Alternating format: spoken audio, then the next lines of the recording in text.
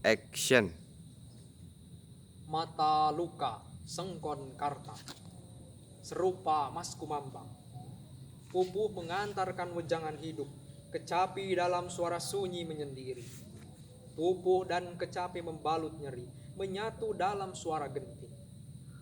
Manusia memiliki akal dan budi, didampingi kodrat hewani, mencapai jalan ilahi. Inilah mas kumambang yang melayang, menyelinap ke dasar sanubari, menembus dunia fana dan abadi. Terluka, melukai, dilukai, dan luka-luka menganga akibat ulah manusia. Manusia yang menjalankan cerita, Tuhan yang menentukan akhirnya. Terengah-engah dalam tabung dan selang.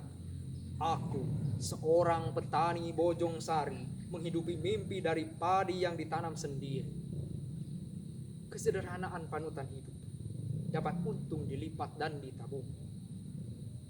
1974. Tanah air yang kucinta berumur 29 tahun. Waktu yang mudah bagi berdirinya sebuah negara.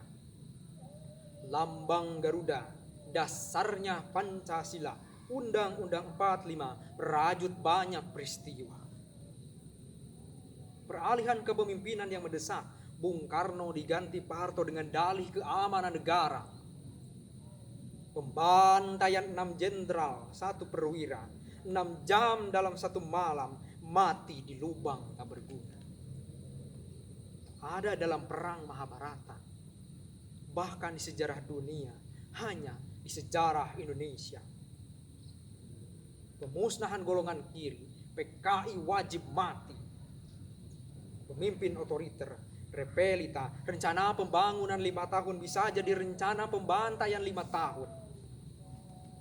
Di tahun-tahun berikutnya, kudapati penembak misterius, tak ada salah apalagi benar, tak ada hukum negara. Pembantaian di mana-mana, diburu sampai got, dor di mulut, dor di kepala. Ikat tali di kafani karung, penguasa hanya punya tahta yang tidak ada bisa diada-ada. Banyak orang jadi rampok, pencopet, penipu, penjudi, pesugihan, pelihara tuyul, ngepet, saling bunuh. Atas dasar kebutuhan untuk makan mencari suaka di tanah sendiri.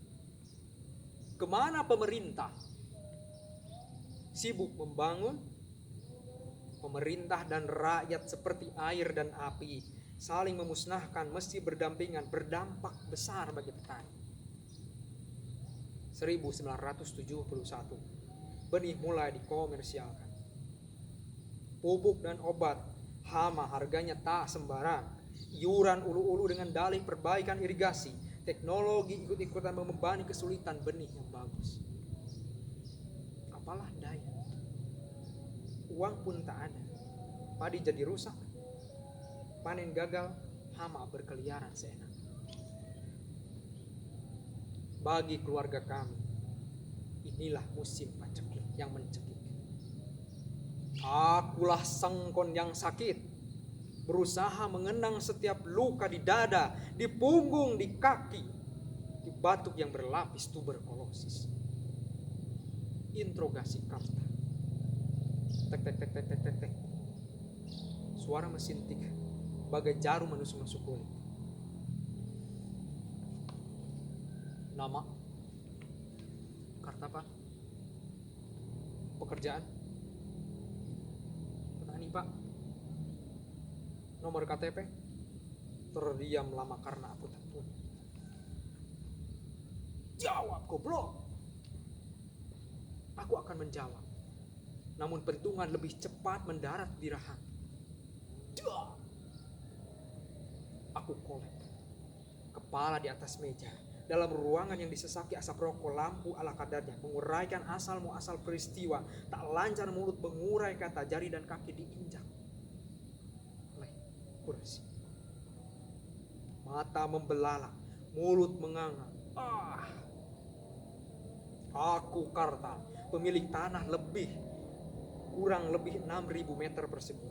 Tubuh tinggi besar, berkumis tipis, garis wajah tegas. Apalah artinya tanah jika tak mampu lagi mengolah modal? Itulah arti. Tanah tak mungkin ditumbuhi pohon uang.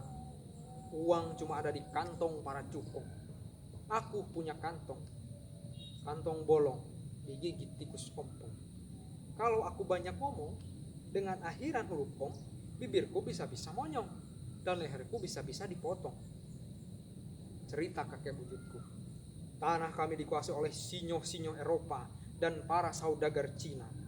Tanah diurus oleh Demang, dibantu juru tulis, kepala kampung seorang amil, seorang pecalang, seorang pesuruh desa, dan seorang uru-uru Arias, pengatur air. Tak berdampak. Tetap saja kakek buyutku seorang kuli. Harapannya hanya cukup dapat makan. Memprihatinkan. Tak ada dulu, tak ada kini. Nasib petani selalu tersingkir. Aku bukan penjahat, aku bukan sedang menggugat di tahun ini.